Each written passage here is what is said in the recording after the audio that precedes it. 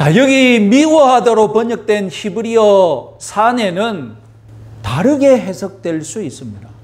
A는 사랑하고 B는 미워하다. 이 표현은 히브리인들의 특유의 언어 습관인데요. A와 B를 두 개 비교하면서 A가 더 중요하다는 것을 생생하게 강조하기 위해 B는 어떻게 해야 되겠습니까?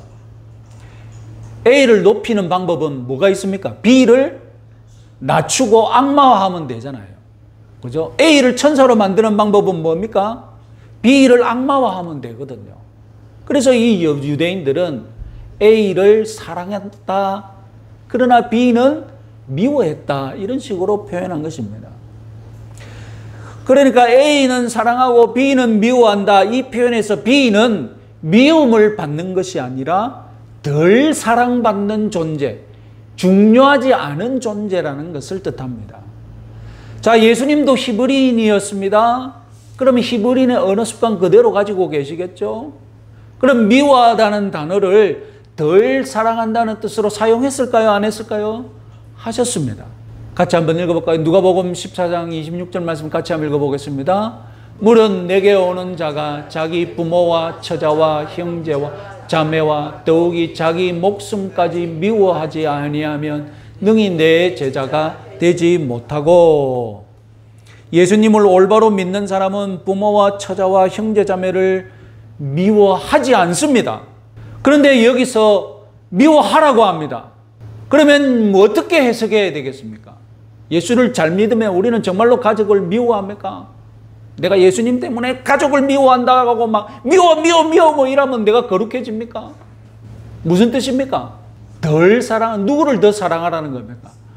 예수님과 하나님 중심으로 하나님 안에서 가족도 사랑하라는 것 아닙니까? 요한복음 12장 25절 말씀 같이 한번 읽어보겠습니다. 자기의 생명을 사랑하는 자는 잃어버릴 것이요 이 세상에서 자기의 생명을 미워하는 자는 영생하도록 보존하리라. 자기 생명을 미워하래. 그래서 나는 어떻게 하면 내 생명을 미워할까? 그 방법만 찾고 있어. 그러면 그게 경건한 겁니까? 예수님 말씀대로 사는 겁니까? 이것은 무슨 뜻입니까? 자기의 생명보다도 더 하나님을 사랑하라. 생명을 바쳐서라도 하나님 사랑하라. 더 중요한 것이 무엇인지를 강조하는 표현이라는 겁니다.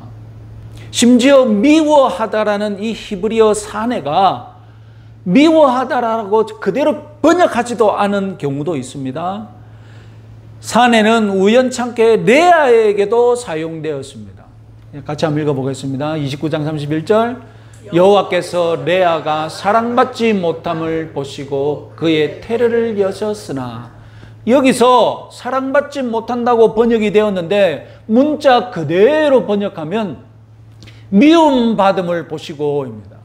레아가 미움을 받았습니까? 미움받지 아니라, 그런데 미움받지 않았는데도 히브리어는 여기서 미움받았다라고 문자적으로 표현했어요. 그래서 모든 성경은 이 부분을 다 어떻게 번역합니까? 미움받았다고 번역하지 않고 사랑받지 못했다. 누구보다? 라헬보다 사랑받지 못했다라고 번역해 놓은 것입니다. 결국 에서를 향한 하나님의 마음은 하나님이 에서를 미워하는 것이 아니라 에서를 두 번째 자리에 두셨다는 것입니다. 첫째인데 두 번째 자리에 두셨고, 에서보다 더 사랑받는 존재가 누구였습니까? 야곱이었다는 것입니다. 그렇다고 에서를 미워한 것이 아니라 두 번째로 사랑했으니 두 번째 사랑한 만큼 하나님이 에서에게 유산을 챙겨주셨는데 그것이 무엇이라고요? 세일산지였다는 것입니다. 세일산을 챙겨주신 것, 세일산을 유산으로 챙겨주신 것, 이것은 하나님이 에서를 두 번째로 사랑하신다는 증거였던 겁니다. 우리는 하나님이 야곱만 사랑하고 에서는 미워하는 것으로 오해했습니다. 야곱만 축복하고 에서는 축복하지 않은 줄로 오해했습니다. 그러면 하나님께서 에서를 축복하신 성경적인 이유가 무엇입니까? 그것은 에서가 다름 아니라 아브라함의 자손이기 때문입니다. 이삭의 아들이기 때문입니다. 하나님은 아브라함과 이삭에게 자손을 번창시켜 주시겠다고 약속하셨습니다. 무엇보다도 아브라함에게 땅의 모든 족속이 너로 말미암아 복을 얻을 것이라고 약속하셨습니다. 그래서 아브라함의 첩 하갈이 이스마엘을 임신한 채로 광야에서 죽을 뻔하였을 때도 하나님은 하갈 모자를 구해주셨고 살펴주셨습니다. 그 덕분에 이스마엘도 나름대로 번창하여서 한 가문을 이루었지 않습니까? 그리고 아브라함도 자신이 죽을 때가 되자 이삭 외에 이스마엘을 비롯한 다른 아들들 다 불러서 그들에게 합당한 유산 목을 챙겨 주었습니다. 그러나 에서를 편애하는 이삭은 에서에게 전 재산을 물려주려고 하다가 아시다시피 야곱에게 당해서 야곱에게 다 빼앗겨 버렸죠. 에서는 쫄딱 망하는 것 같았습니다. 그러나 하나님은 아브라함의 자손이며 또한 이삭의 아들인 에서를 하나님 자신이 하신 약속에 근거하여서 축복해 주신 것입니다.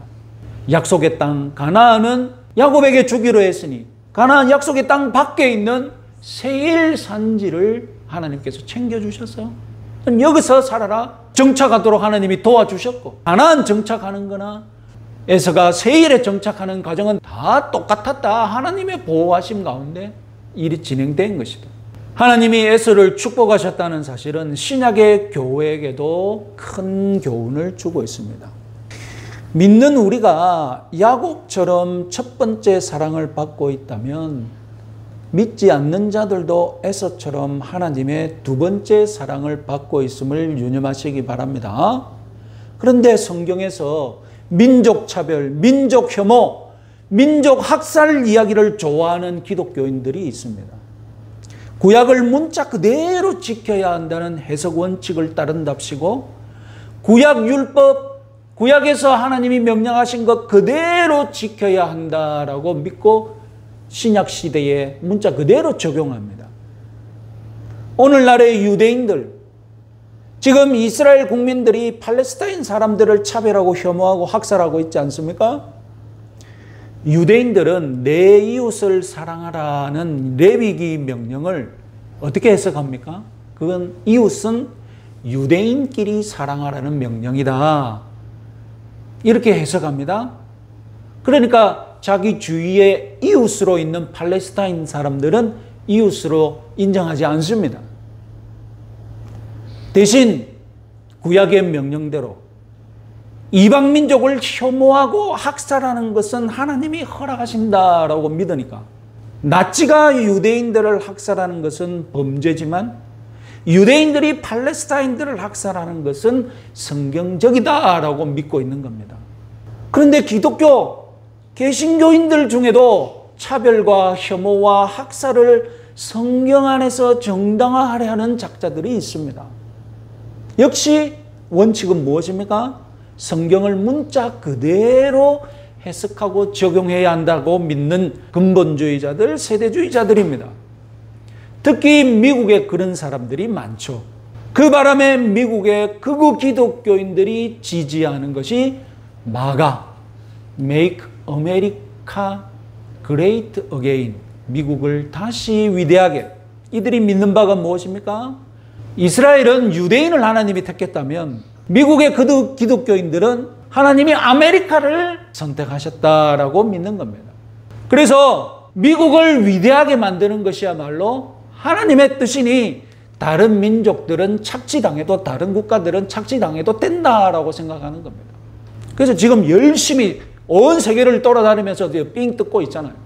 극우 기독교인들은 성경에서 차별, 혐오, 학살 이것을 정당화하려는 이단적인 믿음을 가지고 있는 겁니다. 이런 신앙은 극우적인 이데올로기를 신앙으로 포장해버린 변태적인 신앙이죠. 원래 그 마음 심성에 차별과 혐오와 학살을 정당화하고 싶은 극우 이데올로기가 있는 거예요. 그런데 성경을 읽으니 성경에 어떤 이야기가 있습니까? 구약을 보니까 차별과 혐오와 학살하는 이야기가 있거든요. 그러니까 자기의 극우 이데올로기를 성경 이야기로 포장하는 거예요. 성경 안에서 학살을 정당화 받고 싶은 거예요. 그러니까 사람을 막 죽일 수 있는 계엄도 찬성하는 겁니다. 죽이려는 명분이 있어야 하니까 죽이려는 명분을 찾아서 자꾸 덮어씌우는 겁니다. 원래 빨갱이는 죽여도 된다고 믿는 사람들이 성경 이야기 속에서 학살해도 된다는 것을 보고 기독교를 믿고 극우 기독교인들이 되는 거예요. 여러분, 우리 기독교인들이 입에 달고 사는 것이 무엇입니까? 은혜지 않습니까? 은혜라는 말은 무엇입니까? 은혜라는 말은 모든 차별을 덮어준다는 말이지 않습니까? 혐오를 덮어준다는 말이죠. 혐오를 이기는 것이 은혜지 않습니까? 은혜라는 말은 공짜로 용서받음으로 기독교인이 되었다는 것 아닙니까? 내가 은혜 받을 수 있다면 세상 모든 사람들이 하나님의 은혜 받을 자격이 있지 않겠습니까? 누가 차별받기에 마땅하고 누가 혐오받기에 마땅하고 어느 민족이 학살받기에 마땅합니까? 예수님은 산상설교에서 구약의 유대인들과는 다르게 신약의 교회가 실천해야 할 사랑의 덕목을 따로 가르치셨죠. 마태복음 5장 43절, 44절, 45절 읽어보겠습니다. 또 내 이웃을 사랑하고 내 원수를 미워하라 하였으나 그것을 너희가 들었으나 나는 너희에게 이르노니 너희 원수를 사랑하며 너희를 받게 하는 자를 위하여 기도하라. 이같이 한즉 하늘에 계신 너희 아버지의 아들이 되리니 이는 하나님이 그 해를 악인과 선인에게 비추시며 비를 의로운 자와 불의한 자에게 여주심이라. 믿지 않는 자들은 망해버리라. 에서의 자손들은 햇빛 받을 자격도 없는 인간들이다. 빗물 맞을 자격도 없는 인간들이 에서의 후손들이다. 하나님은 그렇게 불신자들을 증오하라고 가르치지 않습니다. 하나님은 당신이 창조하신 모든 피조물들을 사랑하시는 분이심을 믿으시기 바랍니다. 오늘 있다가 내일 아궁이에 던져질 풀도 하나님의 사랑을 받고 있거늘 어찌 하나님의 형상으로 창조된 사람이 하나님의 은혜를 받을 자격이 없겠습니까? 일부 소위 열심 있는 기독교인들이 불신자들을 아주 폭력적으로 지옥의 땔감 정도로 취급하는 신앙, 잘못된 신앙인 줄 믿으시기 바랍니다. 왜 겸손하신 예수님의 사랑을 전파하는 사람들이 어떻게 혐오와 차별과 학살을 찬양할 수 있겠습니까? 우리 신약의 교회는 구약의 율법대로 차별과 혐오와 학살을 따를 것이 아니라 산상설교에서 예수님의 말씀을 따라야 할 줄 믿으시기 바랍니다. 마태복음 7장 12절 말씀 읽어보겠습니다. 그러므로 무엇이든지 남에게 대접을 받고자 하는 대로 너희도 남을 대접하라. 이것이 율법이요 선지자니라. 이 말씀은 우리 믿는 자들에게만 해당되는 말씀이 아니라 우리 불신 이웃에게도 해당되는 말씀인 줄 유념하시기 바랍니다. 예수님 말씀처럼 내가 당한다고 생각해 보면 정답이 나옵니다. 내가 차별당한다고 생각해 보면 차별은 안 되지, 정답이 나옵니다. 내가 혐오의 대상이 되어 보면 혐오는 안 되지, 정답이 나오는 거예요. 내 공동체가 학살을 당할 위협에 처한다면 어떤 일이 있어도 학살은 안 된다는 정답이 나오는 겁니다. 답은 언제나 간단 명료합니다. 내가 당해본다고 생각하면 되는 거예요. 유대민족이 학살당하는 것이 범죄라면 세상 어떤 민족이라도 학살당하는 것은 범죄입니다. 어떤 민족도 청소당할 수가 없어요.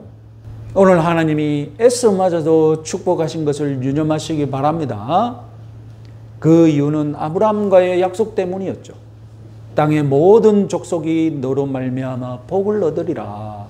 하나님의 사랑에는 모든 족속이 다 포함되어 있음을 믿으시기 바랍니다. 우리 성도들은 복의 통로가 되어야 합니다. 나로 인해 이웃과 직장 동료들이 복을 받을 수 있는 삶을 사시기 바랍니다. 여러분들이 차별과 혐오와 학살의 복음을 전파하는 통로가 되어서는 안 됩니다. 이번 추석 명절 모든 이웃들과 행복을 나누시고 그리고 사랑을 나누시는 은혜로운 명절 보내시기 바랍니다.